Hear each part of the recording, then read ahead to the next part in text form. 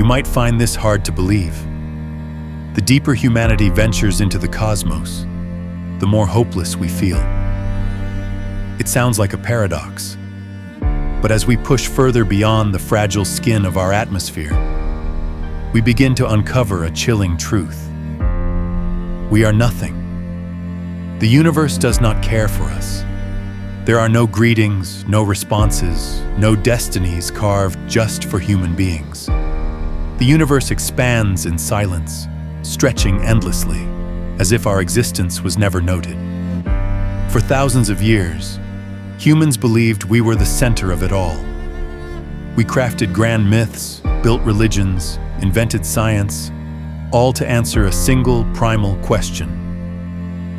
Where are we in the midst of this chaos? But modern science, instead of comforting us, strips us of the very illusion we once held dear. Everything we see is already gone. What we witness in the night sky is not the present.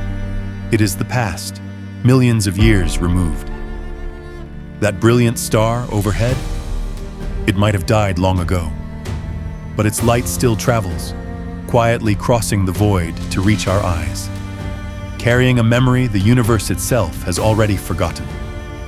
We are surrounded by the ghosts of time, a silent cemetery of ancient light, and we call it the sky. And what about scale? It's not just overwhelming, it's unbearably vast, so immense that the human brain cannot even comprehend it. In a universe where the Milky Way itself is a mere thread, Earth, with all its dreams, its love, its wars, its pain, is little more than a flickering speck of dust. And the more we know, the more this truth cuts through us. Knowledge doesn't empower us, it humbles us.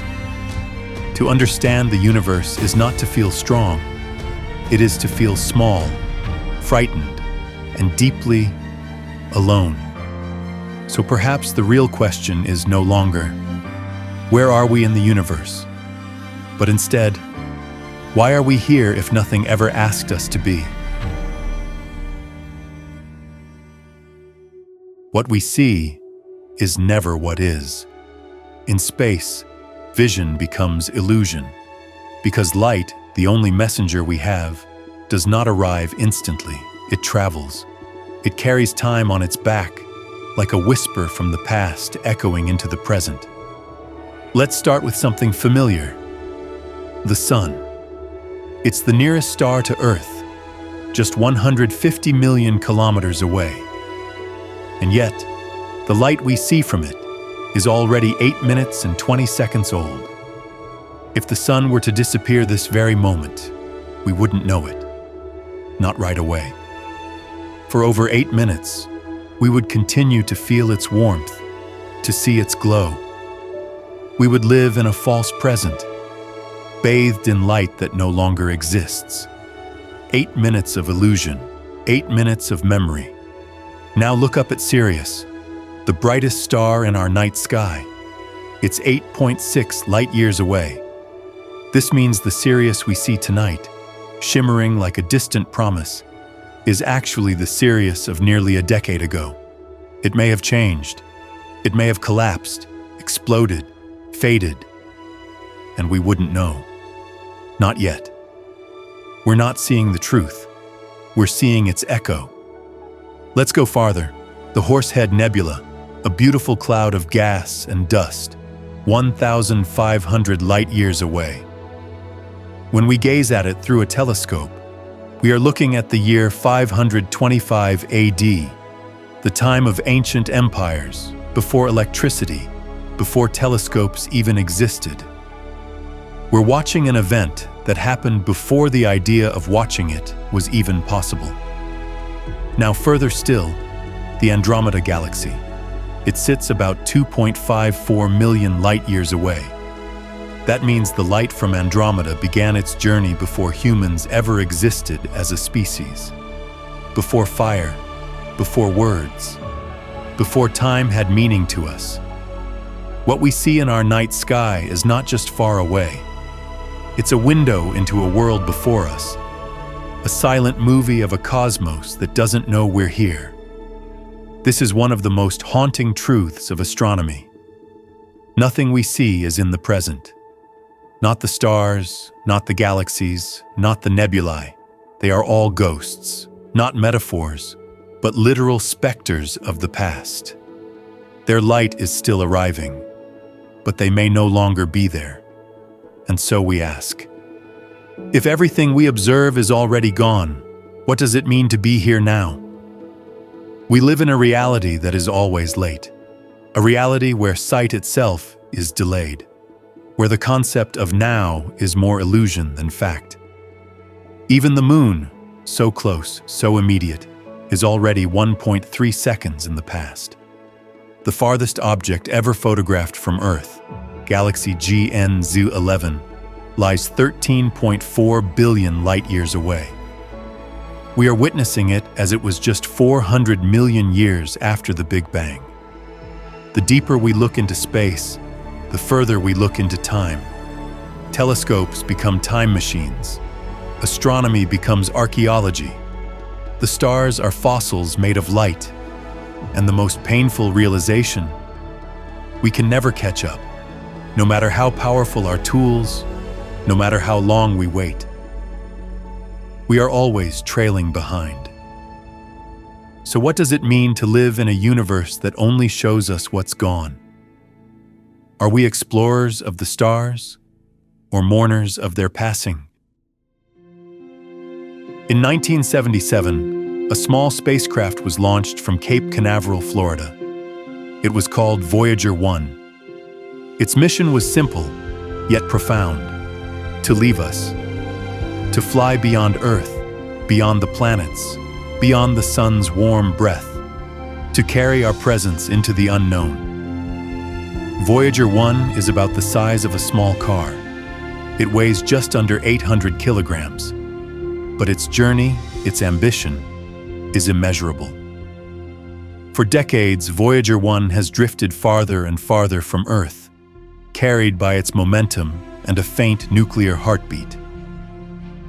It has traveled through radiation belts, beyond the orbit of Neptune, past the solar wind. As of now, it's more than 24 billion kilometers away. That's 160 times farther than the Earth is from the Sun. It takes nearly 23 hours for its signal, traveling at the speed of light, to reach us. And yet, it has not even left the solar system. This fact is almost cruel. After 45 years of uninterrupted flight, Voyager 1 is still somewhere inside the gravitational domain of the Sun, a prisoner of a star it was trying to escape. Scientists estimate it may take another 30,000 years before Voyager truly breaks free. And to reach the nearest star system, Proxima Centauri, it would take over 73,000 years, traveling at its current speed. This is the wall we've hit. Not a physical wall, but a limit of biology, of physics, of time. The human body is not built for the cosmos. Our skin cracks in radiation. Our bones dissolve in zero gravity. Our minds collapse in isolation.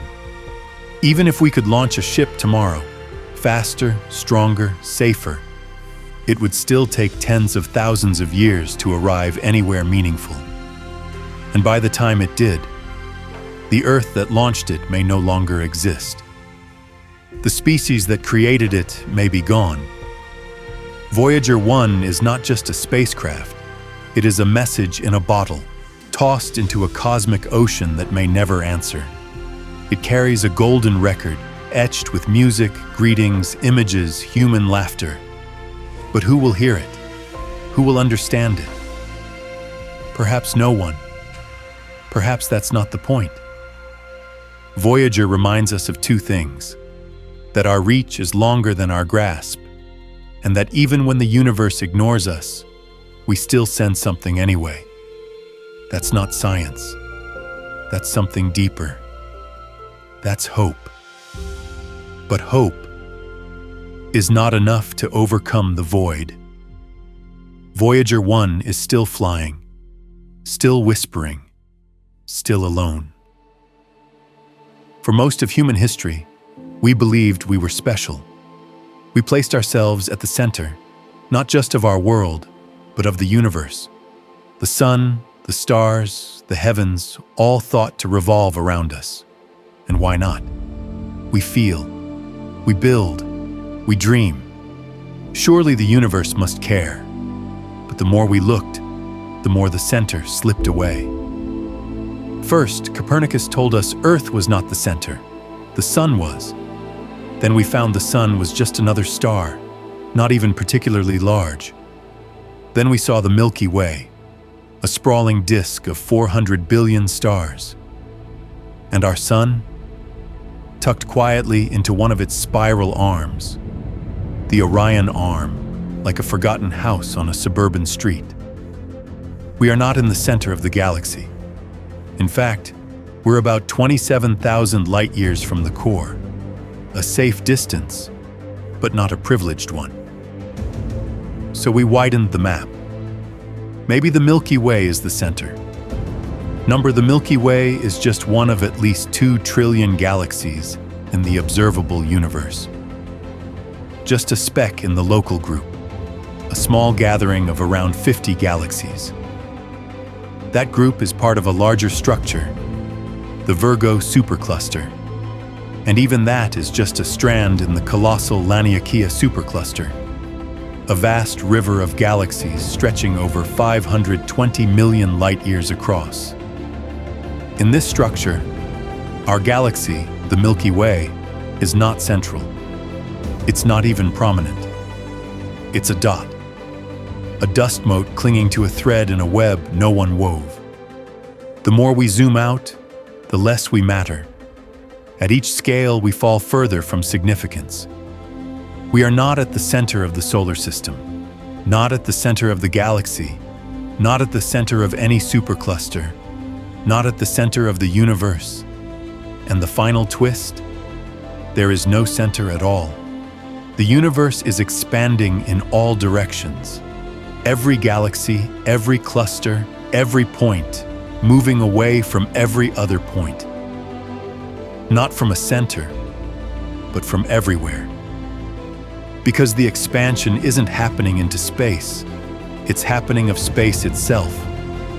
This is what modern cosmology tells us. There is no throne, no anchor, no cosmic spotlight shining on Earth. Just motion, just expansion, just silence. We have not just lost our position, we have lost our illusion of position. So the question arises, if we are not central, are we even visible? If there are civilizations out there, scattered across the cosmic web, would they ever find us? Would they even think to look? Or are we just one of countless sparks, flickering briefly in a sky they will never notice? The fear is not that we are alone. The fear is that we are unseen. When faced with the cold vastness of the cosmos, humanity did something remarkable. We invented warmth. We crafted stories. We painted gods in the sky. We built temples not just from stone, but from hope. Because the idea of a meaningless universe is almost too much to bear. Across cultures and continents, we spoke of creators, of heavens, of judgment and mercy. We imagined purpose, written in the stars, whispered by the winds, inscribed in sacred texts. We gave shape to chaos. We gave voice to silence. We gave a face to the void. And for a time, it worked. Religion anchored us. It told us we were watched, chosen, guided. It gave us a narrative, one where suffering had meaning, death had a destination, and life was a divine test. But what happens when telescopes replace myth? What happens when we no longer need the stars to explain the seasons, or the gods to justify thunder?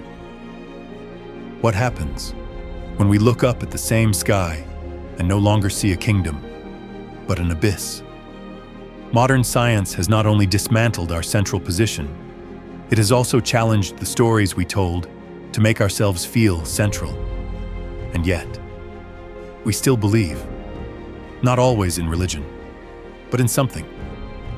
We believe in progress, in destiny, in soulmates, in justice, in art, in memory, in love. We need to believe. Because if everything is random, if pain is meaningless, if no one is watching, then why try at all? But maybe, and just maybe, the fact that we still search for meaning, even when we know the universe doesn't offer it freely, is what makes us extraordinary. We don't need gods to imagine eternity. We build it in the way we touch others, in the stories we write, in the memories we leave behind. Maybe meaning doesn't have to be cosmic. Maybe it only has to be human.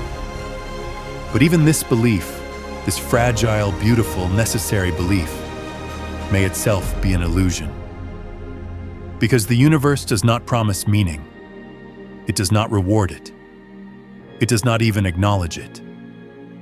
So once again, we ask, are we brave enough to live in a world where nothing is guaranteed? Can we carry our own torch, even if no one ever sees the light? What are we but specks of dust, adrift in a black ocean that has no name, no shore, no bottom? We are not fast. We are not vast. We do not shine. And yet, we think, we question, we ache, we wonder why. Perhaps this is our defiance. In a universe that expands in silence, we scream into the void with questions it never asked us to pose. We are the only creatures, as far as we know, that look at the stars and ask about themselves. Who else wonders what it means to exist? Who else fears death, writes poetry, draws meaning from a sunrise? Maybe that's enough. Maybe we don't need to conquer the universe. Maybe just witnessing it and knowing we are witnessing is a miracle. Think about this. From stardust we came. Our atoms, the iron in our blood, the calcium in our bones, were forged in dying stars. The universe didn't just make us. It is us. The cosmos gave birth to a child, and that child now turns around to ask, why did you make me? How strange. How beautiful. We are tiny, yes, but we are the part of the universe that can reflect on itself. The stars do not know they are beautiful. The black holes do not ponder physics. The galaxies do not write love songs. Only we do. And if nothing else, let that be our meaning. That among all the cold, blind mechanisms of nature, a voice emerged, a mind, a question. So perhaps the miracle was never out there. It was never about signs in the sky or prophecies in the stars. Perhaps the miracle is simply this, that in a place as indifferent as the universe, something began to care. Sometimes the silence is the loudest thing. We build radio telescopes, scan the heavens, send signals into the void, and hear nothing back. No greetings, no replies, just a soft, cosmic hush, stretching across billions of light years. The Fermi paradox asks a simple, haunting question. If the universe is so vast, and life is likely, where is everybody? There are over 100 billion galaxies, each with hundreds of billions of stars. There are more planets than grains of sand on Earth, and yet, not a single confirmed whisper from another mind. Maybe they're out there, too far, too different, too silent. Or maybe they came and went, civilizations rising and falling before we ever learned to listen. Or maybe we are the first. The terrifying, beautiful possibility that we are the early light in a dark cosmos, the pioneers, not the latecomers. And if that's true, then the silence isn't rejection, it's potential. Maybe the universe isn't ignoring us. Maybe it's waiting. Still, the ache remains. Because even if we are not truly alone, we feel alone. And that feeling is real. It's in the quiet nights when we stare at the stars and wonder if someone, somewhere, is staring back. It's in the way we long for contact, not just with aliens, but with anyone. Another soul who understands, another voice in the dark. Because being human means more than existing. It means wanting to be seen. So we send messages. We build art. We write books, make music, whisper into space. Not because we know someone will answer, but because we hope they might. And maybe, just maybe, someone is doing the same. Right now, on a distant world, orbiting a forgotten sun, they are sending out signals, not for discovery, but for connection. They may never reach us. We may never hear them. But that doesn't make the effort meaningless. It makes it human. We are alone, yes, but not necessarily lonely. Because to be truly alone, you must be unreachable. And we are not. Not yet. At some point, we must face a truth no telescope can erase. We will never know everything. Not about the universe, not even about ourselves. There will always be questions without answers, mysteries without conclusions, doors that never open. And that's okay. We were raised in a world that worships certainty. Every equation, every explanation, every theory meant to tame the chaos. But the universe is not tame. It is not bound by our logic. It does not owe us understanding. So maybe the goal is not to solve it all. Maybe the goal is to learn how to stand inside the unknown and still feel at home. To look into the dark and not panic. To sit with mystery and not demand a map. To say, I don't know, and mean it. Not as surrender, but as freedom. Because what if life was never about answers? What if it's about living the questions well? The philosopher Heidegger called this being toward death, not in despair, but in awareness. Knowing that we are finite, knowing that we will never have all the time or all the truth, and choosing to live fully anyway. The unknown isn't a failure. It's not a flaw in the system. It is the system. It is the space where curiosity breathes, where wonder lives, where possibility is still possible. Think about art, about music, about love. None of these require perfect knowledge. You don't need to understand a painting to be moved by it. You don't need to know how love works to fall into it. The same is true for life and for the cosmos. So we stop demanding answers, and instead, we listen, we observe, we feel, we live.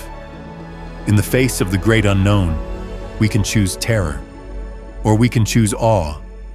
We can choose to shut down, or we can choose to be open. Not knowing doesn't make us weak, it makes us real. Because only a real thing can say, I do not understand, but I am still here. We have asked so many questions, and the universe has given us silence. No signs, no messages, no whispered truths from the stars. Just cold expansion, just fading light, just time stretching endlessly. We stand beneath the sky and shout, "Why am I here?"